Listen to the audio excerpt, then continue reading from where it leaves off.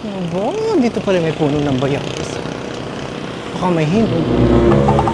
Maigi rin.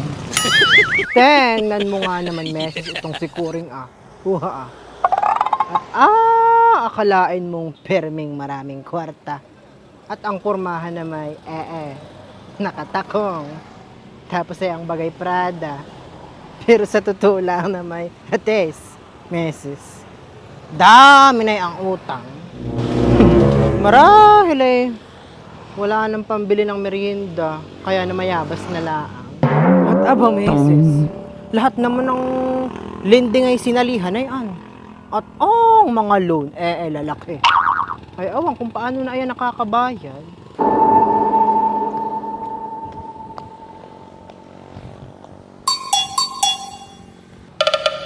Plastikada.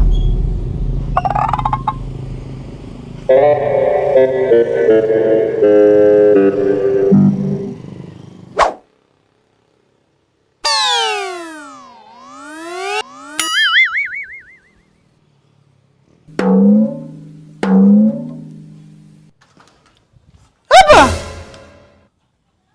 Ay, ano na naman itong nakasampay dito sa ventilador, pati baga naman itong aking flower base ay gagawin ninyo sampayan! Ano na kayo? Ano ba pati itong mga ito? Ito ba yung mga pamunas? Ito'y pagtatatapong ko. Kaya hindi na makaitsura itong bahay natin. Mga kalat kayo. Hey, pagkagana ito pa'y pagkag ka na nga sa trabaho! Tapos na ganito pa ang dadat-dadaw! Tingnan mo't parang mga wala lang naririnig. Alin ba itong mga team ninyo, Bernadette? Ako'y napapagod na sa inyo. Nanay, ikaw huwag nang mag-ready yan. Yung mga damit namin ipatong mo lang diyan. At mamaya aking i-impisin. Mamaya? Ha? Bernadette? Kailan pa yung mamaya mo? Ha? Mahilig ka sa mamaya! Kaya lalo nang walang nagagawa.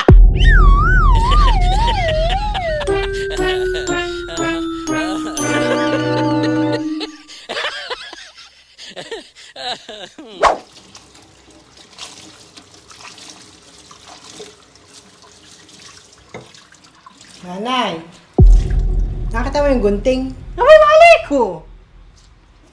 Ano't sa akin mo hahanapin? Sino bagang huling gumamit na yun? Ay di baga naman at kaya? Mga kalat kayo, kaya hindi na makakita ang mga gamit. Ako na may taka din sa inyo. At hindi ka agad isauli kung saan kinuha. At ng pagkagagamitin madaling makita. Yung panghasa nga ng kutsilyo, hindi ko na din makita Haba, ako'y mag-iisang linggo nang naghahanap. Kayo ta naman, Pagkakagamit ay basta-basta na lang iniiwan kung saan. Kayo pati mahihilig magsigamit na itong lababo. Ay hindi naman kayo maaalam magsipagpunas. Ginuguyam na! Hindi na maubos na ubos. Kanina pa ako dito punas ng punas. At ang lababo! Dulas na dulas! Kaunti na lang ito. Tabuan na ng lomot. Pag hindi pa kung siyang kikilos ay di walang mangyayari. Aba! Ay nasaan pati yung sponge na pangkuskus dito sa lababo Pinakaaliman na naman ninyo Nari pa yung pinto na ito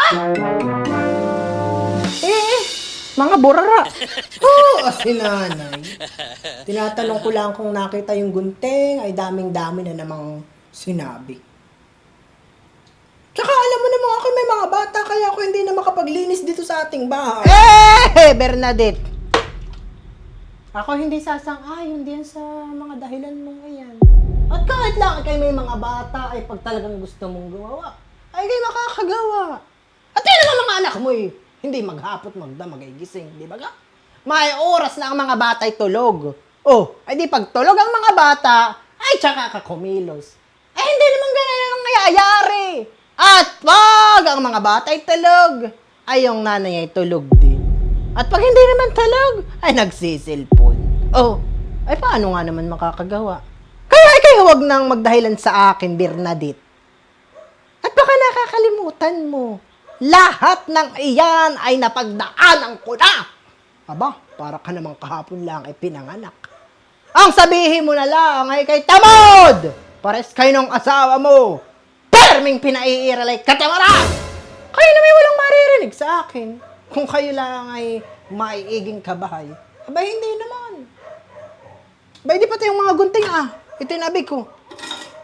Ilang gunting baga ang kailangan mo? Darna!